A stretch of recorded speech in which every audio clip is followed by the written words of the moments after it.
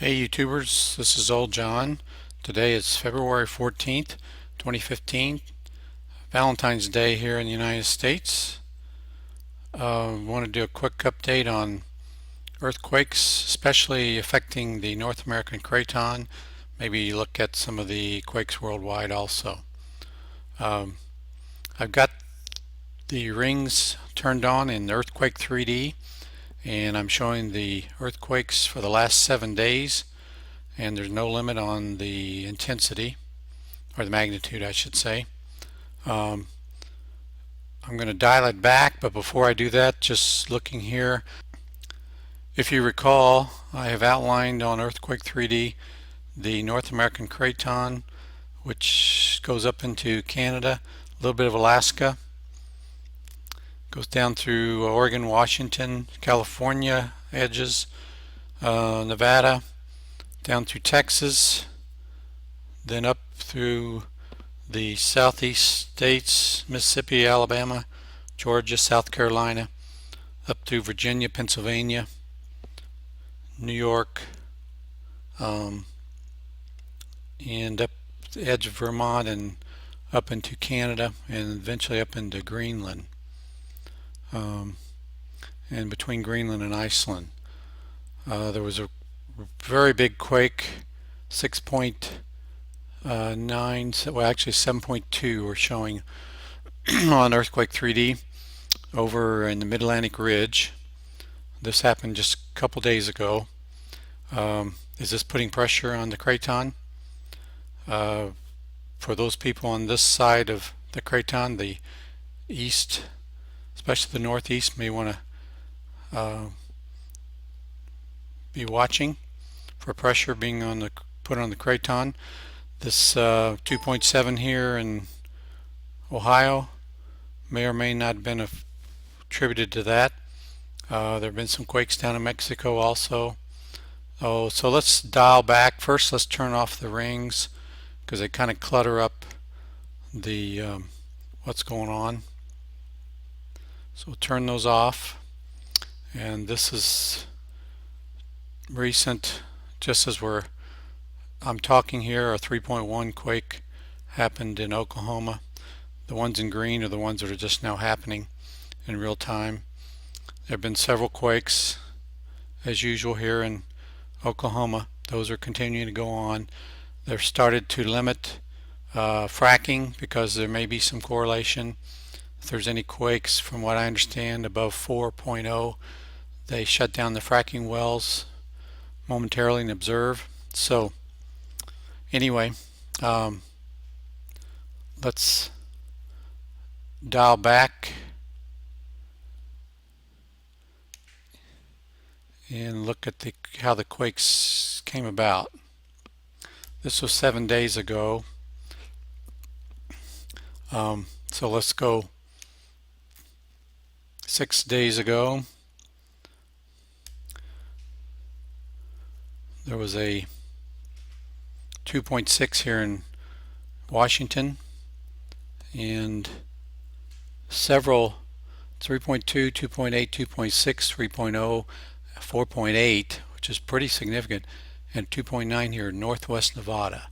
Now Dutch Sense, who's Michael Janich, who some of you may follow, he thinks this is related to an old dormant volcano, and of course that remains to be seen if it's still dormant or not. Several quakes here. Of course we always have them in California, but some right here along the edge of California and Nevada.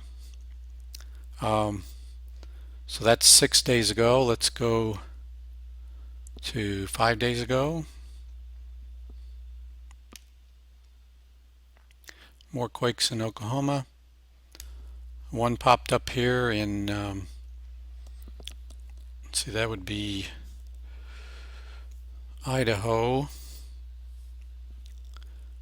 and not too far west of the Yellowstone. So that may be part of that whole Yellowstone magma that underlies the volcanic activity in Yellowstone. Okay, let's go back 5 days.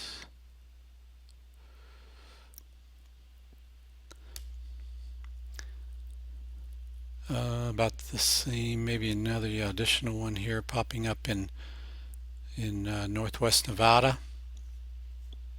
Let's go back another day.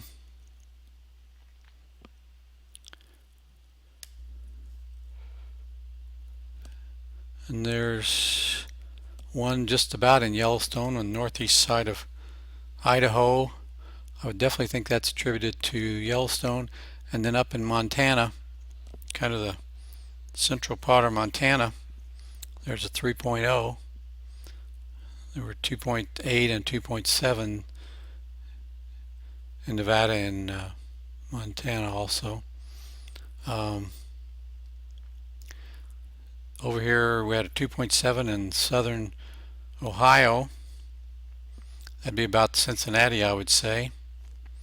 That's kind of unusual. Let's go back another day.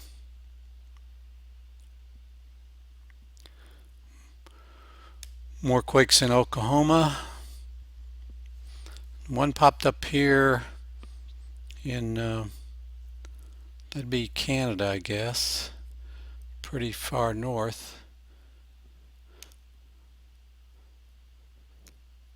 That was a 4.7. It's a pretty good quake all the way up there. And going back another day.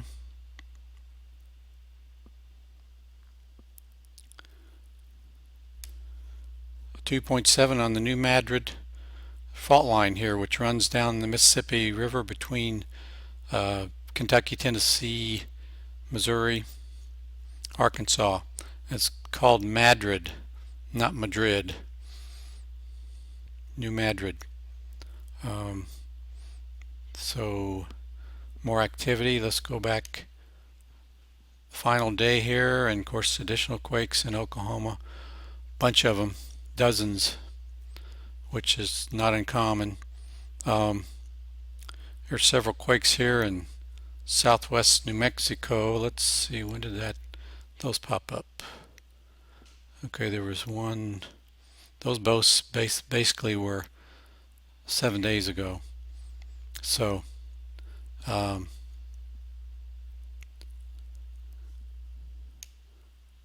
were some quakes in Mexico, which may or may not have had put some pressure.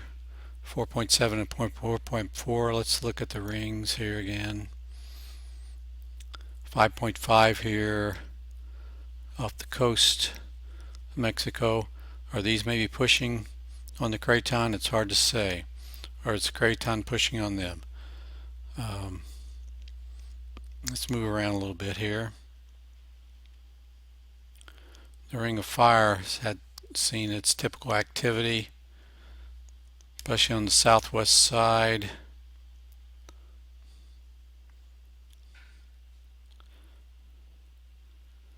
Bunch of fours, 5.2 there, 5.25.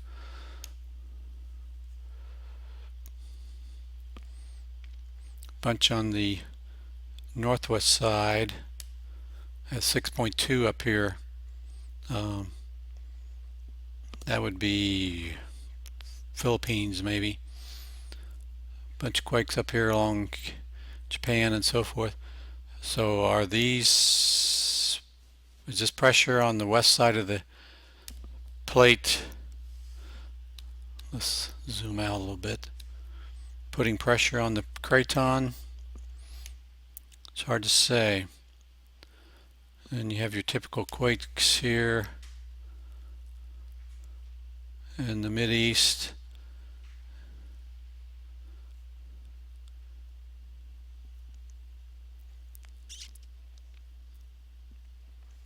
And that's the big one up there in the Mid-Atlantic Ridge.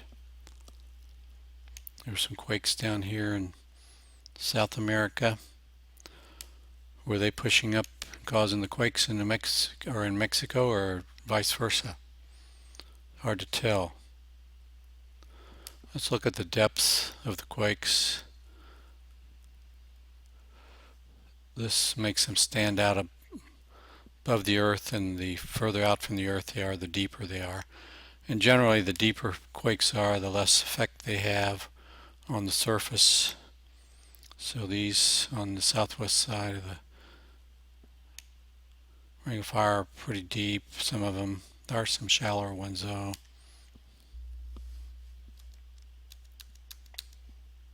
So lots of activity around the whole Earth. And there again, especially the Ring of Fire, which may or may not be putting pressure over here on the east side of the Ring of Fire, spilling over into the Craton, and also then here in South America and Mid-Atlantic Ridge. So in general, it seems like there's more activity on the Craton right now. So everybody along the Craton, keep watch, because you don't know if we're going to get some larger quakes as a result. So that's kind of a quick update. I'd say the quakes are up along the Craton, but can't say exactly know why. It's either pressure from the west or the east or the south. That's a catch-all statement, isn't it? So anyway, hang in there, YouTubers, and come back for more. Old John signing off.